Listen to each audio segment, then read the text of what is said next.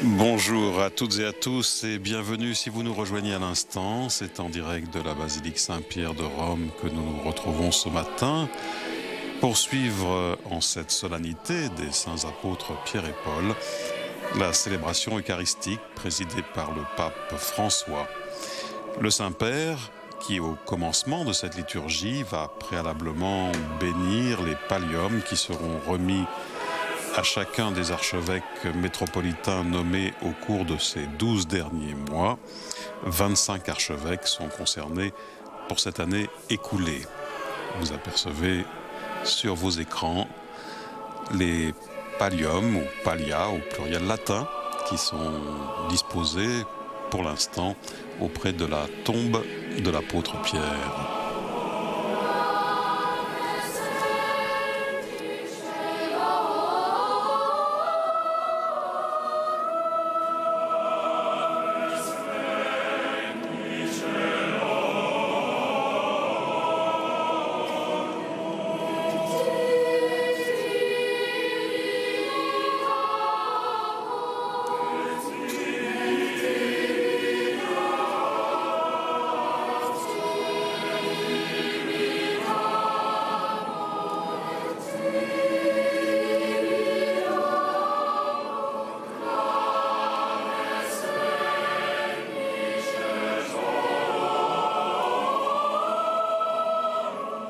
Vous voyez ici la présence de la délégation orthodoxe.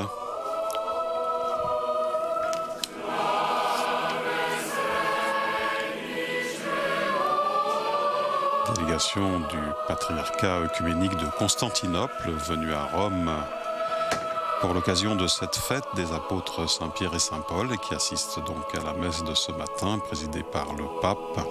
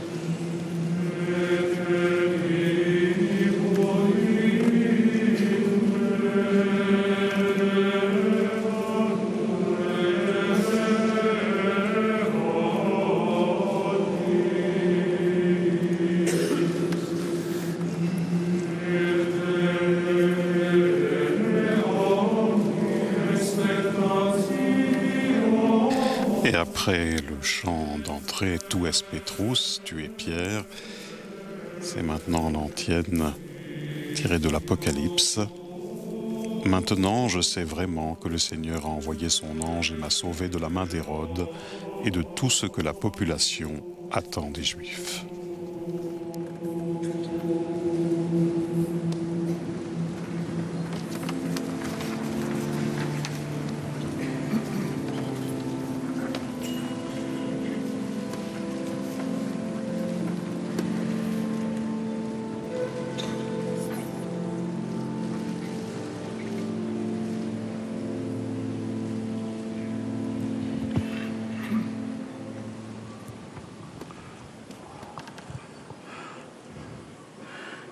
In nomine Patris et Filii et Spiritus Sancti. Pax vobis. Et con spiritu tuo. I diaconi prendono dalla confessione dell'Apostolo Pietro i palli, collocati sulla tomba del Principe degli Apostoli ai primi vesperi della solennità, che il Santo Padre Voilà que benedirà maintenant e donc les diacres consegnerà ai vont nuovi chercher arcivescovi les pallias. metropoliti al termine della Pallium celebrazione. donc qui avait été, je vous le disais, déposé auprès de la tombe de l'apôtre Pierre. The deacons will now bring the pallia from the tomb of the Prince of the Apostles, where they were placed during first vespers of the solemnity. The Holy Father will bless the pallia and will give them to the new Metropolitan Archbishops at the end of the celebration.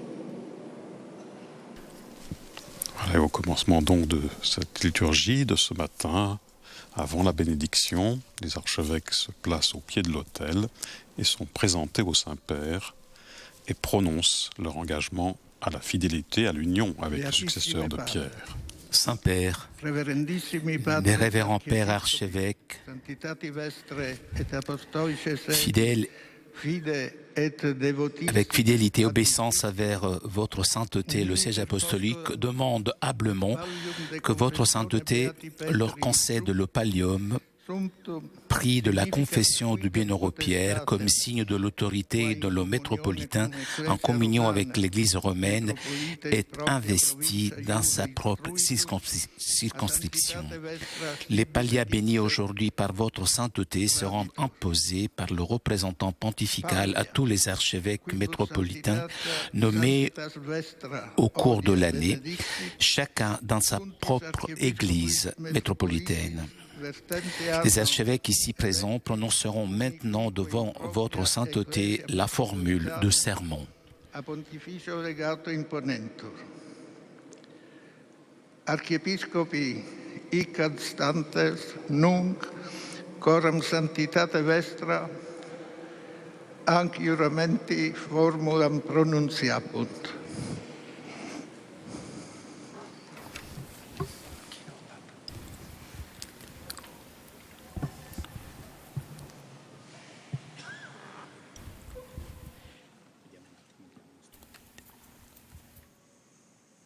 Voilà donc pour la présentation par le cardinal Renato Martino, protodiacre. Ego. Moi, Dominicus Lebrun, Dominique Lebrun, Archiepiscopus archevêque, Rotomagensis in Gallia. Beato Petro Apostolo, je serai toujours fidèle et obéissant au bienheureux Pierre, apôtre, à la Sainte Église apostolique de Rome et à toi, pontife, et à tes successeurs légitimes. Semper Fidelis Ero et Obediens Ita me Que Dieu Deus omnipotens Tout-Puissant adjuvent. m'aide.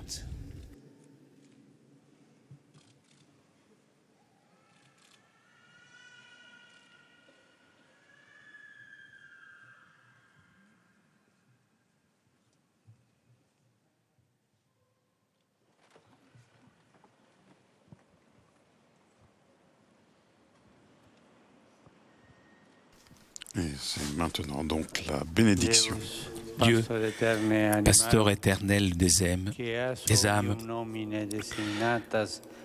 que tu as appelé par ton Fils Jésus-Christ avec l'appellation de brebis du troupeau et dont le gouvernement t'a voulu confier sous l'image du bon pasteur au bienheureux Pierre, apôtre et à ses successeurs, diffuse pour notre ministère la grâce de ta bénédiction sur ces pallias choisis à symboliser la réalité du soin pastoral. Accueille bienveillant les prières qu'humblement nous t'adressons et concède par les mérites et l'intercession des apôtres à ceux qui par ton don porteront ces pallias de se reconnaître comme pasteurs de ton troupeau et de traduire dans la vie la réalité signifiée dans le nom. Qui prennent sur eux le joug évangélique imposé sur leurs épaules et que soit comme ça, légère et suave, de pouvoir précéder les autres dans la vie de tes commandements par l'exemple d'une fidélité persévérante jusqu'à mériter d'être introduit dans les pâturages éternels de ton royaume.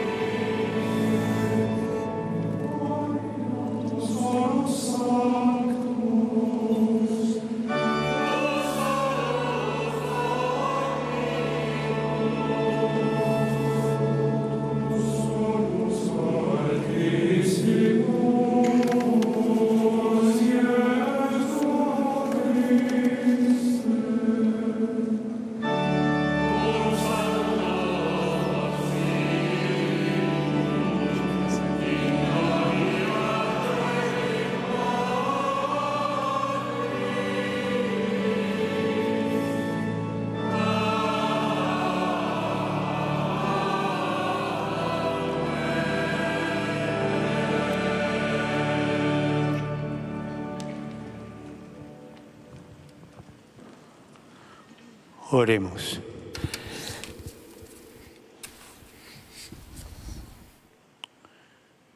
Deus, Dieu, Kyrios die toi qui réjouis ton Église avec la solennité des saints Pierre et Paul, fais que ton Église suive toujours l'enseignement des apôtres dont elle a reçu la première annonce de la foi.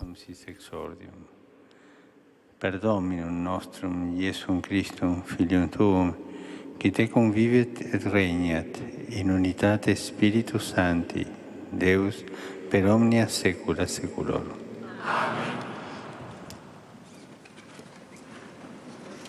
Et nous entrons maintenant dans la liturgie de la parole de cette solennité des saints apôtres Pierre et Paul, avec une première parole, une première lecture tirée des Actes des Apôtres.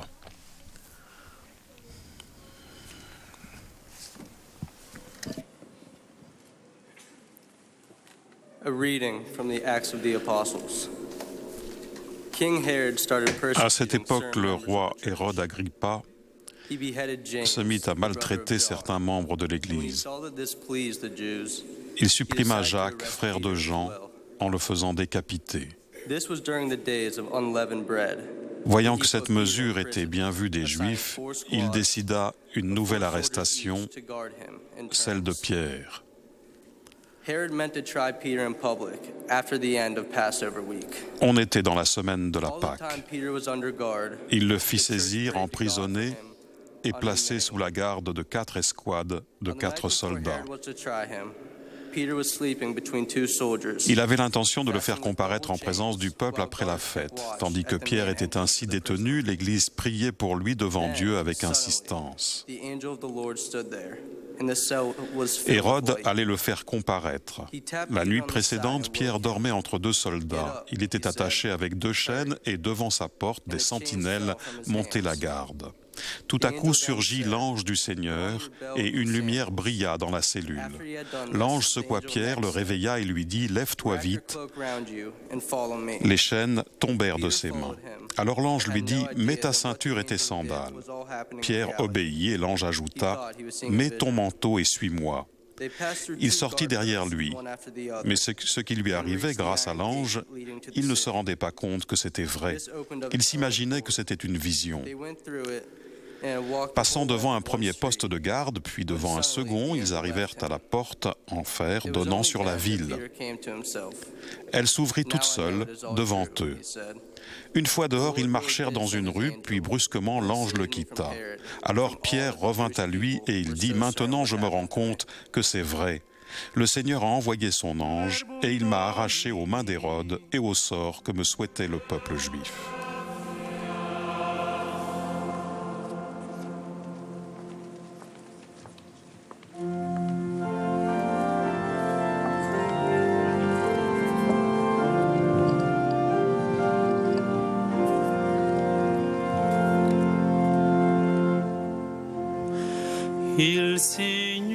Le psaume responsorial, le psaume 33. Je bénirai le Seigneur en tout temps, sa louange sans cesse à mes lèvres, avec l'antienne. Le Seigneur m'a libéré de toute peur.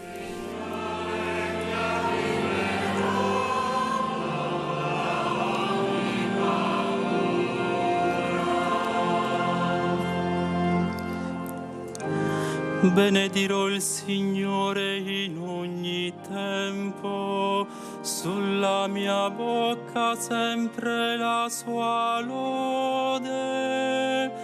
Io mi glorio nel Signore, i poveri ascoltino e si rallegrino.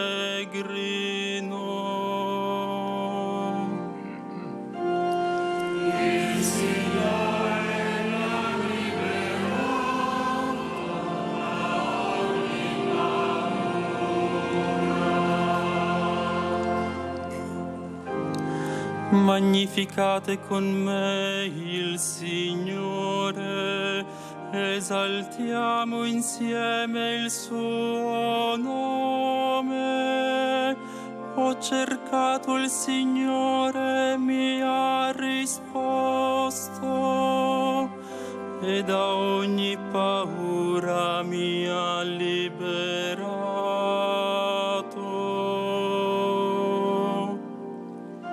Il Signore mi ha liberato da ogni paura.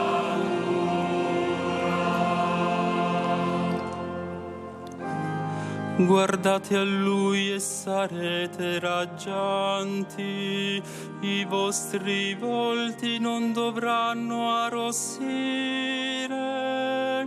Questo povero grida, il Signore lo ascolta, lo salva da tutte le sue angosce.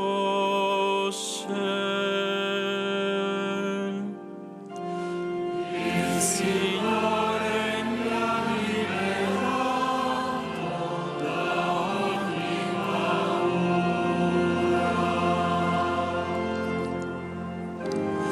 L'angelo del Signore si accampa attorno a quelli che lo temono e li libera. Gustate e vedete com'è buono il Signore. Beato l'uomo che in Lui si rifugia.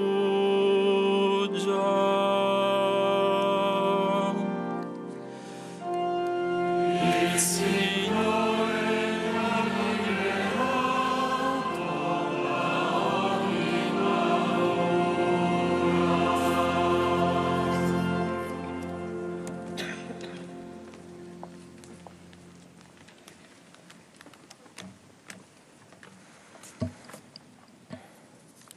Lectura de la segunda carta del apóstol San Pablo a De Timoteo. la seconde lettre de Saint Paul apôtre à Timothée. Me voici déjà offert en sacrifice, le moment de mon départ est venu. Je me suis bien battu. J'ai tenu jusqu'au bout de la course. Je suis resté fidèle. Je n'ai plus qu'à recevoir la récompense du vainqueur. Dans sa justice, le Seigneur, le juge impartial, me la remettra en ce jour-là, comme à tous ceux qui auront désiré avec amour sa manifestation dans la gloire. Tout le monde m'a abandonné, le Seigneur, lui, m'a assisté. Il m'a rempli de force pour que je puisse jusqu'au bout annoncer l'Évangile et le faire entendre à toutes les nations païennes. J'ai échappé à la gueule du lion.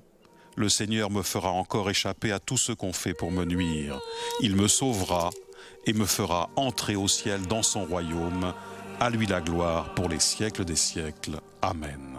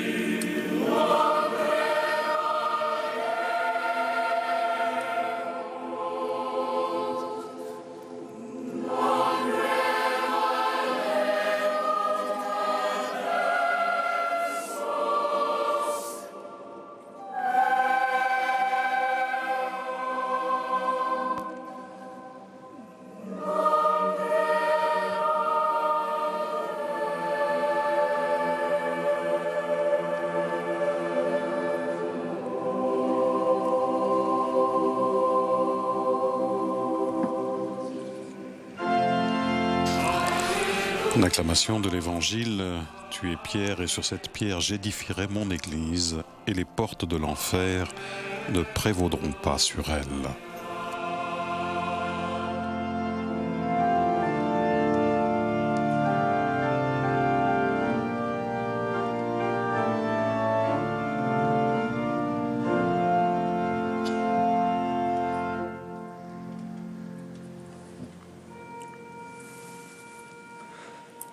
Dominus vobiscum.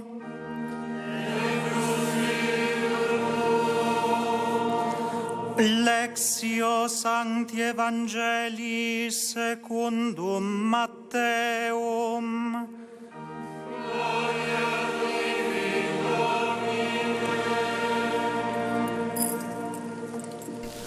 De l'Évangile de Jésus-Christ selon saint Matthieu.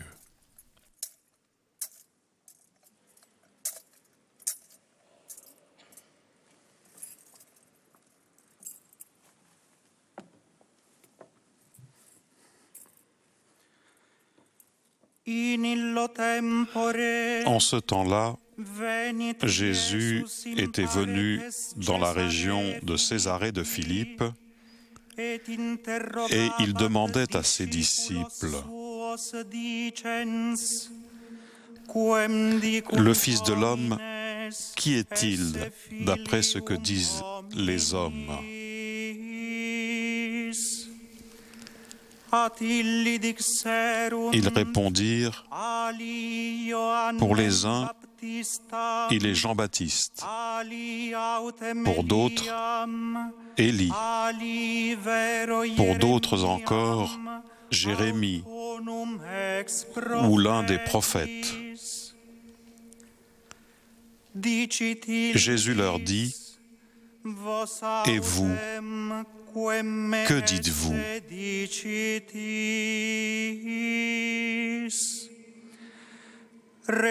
Pour vous, qui suis-je ? Prenant la parole, Simon-Pierre déclara: tu es le Messie, le Fils du Dieu vivant. Prenant la parole à son tour, Jésus lui déclara: heureux es-tu, Simon, fils de Jonas. Ce n'est pas la chair et le sang qui t'ont révélé cela, mais mon Père qui est aux cieux.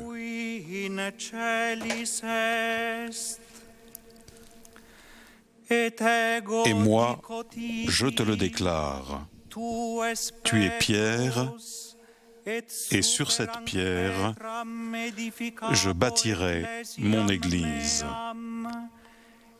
Et la puissance de la mort ne l'emportera pas sur elle.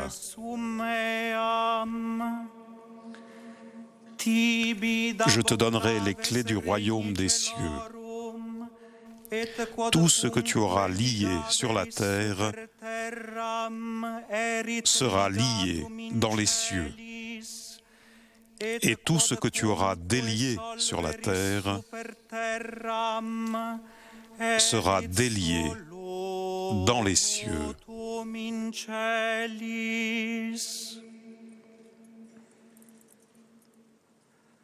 Verbum Domini.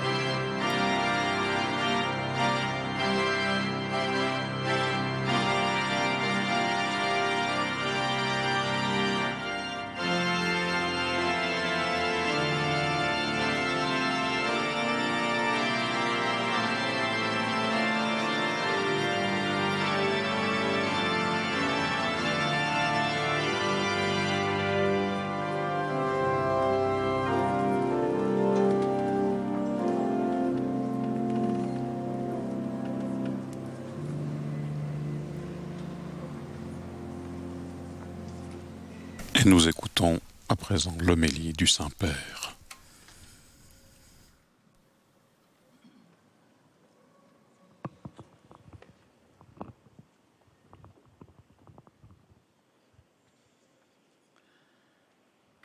La parole de Dieu de cette liturgie contient un binôme central, fermeture, ouverture. Nous pouvons rapprocher aussi de cette image le symbole des clés que Jésus promet à Simon-Pierre pour qu'il puisse ouvrir l'entrée du royaume des cieux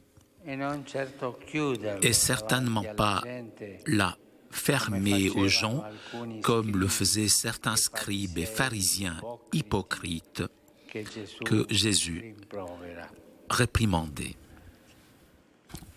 La lecture des Actes des Apôtres nous présente 3 fermetures. Celle de Pierre en prison, celle de la communauté recueillie en prière et, dans le contexte immédiat de notre texte, celle de la maison de Marie, mère de Jean, surnommé Marc, où Pierre va frapper à la porte après avoir été libéré. En ce qui concerne les fermetures, la prière apparaît comme la voie de sortie principale, voie de sortie pour la communauté qui risque de se replier sur elle-même à cause de la persécution et de la peur. Voie de sortie pour Pierre, qui, encore au début de la mission qui lui a été confiée par le Seigneur, est jeté en prison par Hérode et risque la condamnation à mort. Tandis que Pierre était en prison, l'Église priait Dieu pour lui incessamment. Et le Seigneur répond à la prière et envoie son ange le libérer en l'arrachant aux mains d'Hérode. La prière en tant qu'humble abandon à Dieu et à sa sainte volonté est toujours la voie de sortie de nos fermetures personnelles et communautaires. C'est la grande voie de sortie des fermetures. De même, Paul, en écrivant à Timothée, parle de son expérience de libération, de sortie du danger d'être lui aussi condamné à mort. Au contraire, le Seigneur lui a été proche et lui a donné la force de pouvoir porter à son achèvement son œuvre d'évangélisation des peuples. Mais Paul parle d'une ouverture bien plus grande vers un horizon infiniment plus vaste, celui de la vie éternelle qu'il attend à la fin de sa course terrestre. Il est beau alors de voir la vie de l'apôtre toute en sortie grâce à l'Évangile, toute projetée en avant. D'abord pour porter le Christ à ceux qui ne le connaissent pas, et ensuite pour se jeter, pour ainsi dire, dans ses bras et être conduit par lui, sain et sauf, au ciel dans son royaume. Retournons à Pierre. Le récit évangélique de sa confession de foi et de la mission qui lui a été confiée ensuite par Jésus nous montre que la vie de Simon, pêcheur galiléen, comme la vie de chacun de nous, s'ouvre, s'épanouit pleinement lorsqu'elle accueille de Dieu le Père la grâce de la foi. Alors Simon se met en route, une route longue et dure qui le conduira à sortir de lui-même, de ses sécurités humaines, surtout de son orgueil mêlé de courage et d'altruisme généreux. Dans ce parcours de libération, la prière de Jésus est décisive. J'ai prié pour toi, Simon, afin que ta foi ne défaille pas. Et également décisif est le regard plein de compassion du Seigneur après que Pierre l'a eu renié 3 fois. Un regard qui touche le cœur et fait sécher les larmes de repentir. Alors Simon-Pierre a été libéré de la prison de son moi orgueilleux, de son moi peureux, et il a surmonté la tentation de se fermer à l'appel de Jésus, à le suivre sur la voie de la croix. Comme je le disais, dans le contexte immédiat du passage des Actes des Apôtres, il y a un détail qui peut nous faire du bien de noter. Lorsque Pierre se retrouve miraculeusement libre hors de la prison d'Hérode, il se rend à la maison de la mère de Jean, surnommée Marc. Il frappe à la porte et de l'intérieur répond une domestique de nom Rhodée qui, ayant reconnu la voix de Pierre, au lieu d'ouvrir la porte, incrédule et pleine de joie, court rapporter la chose à sa patronne. Le récit, qui peut sembler comique, et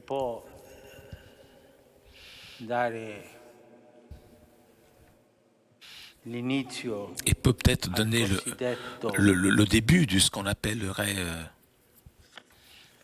complexe de Rhodée, nous fait percevoir le climat de peur dans lequel se trouvait la communauté chrétienne qui demeurait enfermée à la maison et fermée aussi aux surprises de Dieu. Pierre frappe à la porte. Regarde, il y a de la joie, peur, on n'ouvre pas. Et il est en danger là, puisque la police peut aller le chercher, peut le prendre. Mais la peur nous enferme, nous bloque la peur. Nous enferme donc. Nous enferme aux surprises de Dieu. Ce détail nous parle de la tentation qui existe toujours pour l'Église, celle de se replier sur elle-même face au danger. Mais il y a aussi ici la spirale. Mais il y a aussi ici la spirale à travers laquelle peut passer l'action de Dieu. Luc dit que dans cette maison se trouvaient rassemblées un certain nombre de personnes qui priaient. La prière permet à la grâce d'ouvrir une voie de sortie, de la fermeture vers l'ouverture, de la peur vers le courage, de la tristesse vers la joie. Et nous pouvons ajouter de la division vers l'unité. Oui, nous le disons aujourd'hui confiants avec nos frères de la délégation envoyée par le cher patriarche œcuménique Bartholomée pour participer à la fête des saints patrons de Rome. Une fête de communion pour toute l'Église, comme le met aussi en évidence la présence des archevêques métropolitains venus pour la bénédiction des palliums qui leur seront imposés par mes représentants dans leurs sièges respectifs. Que le Saint Pierre et Paul intercèdent pour nous, afin que nous puissions parcourir avec joie ce chemin, faire l'expérience de l'action libératrice de Dieu et en témoigner à tous.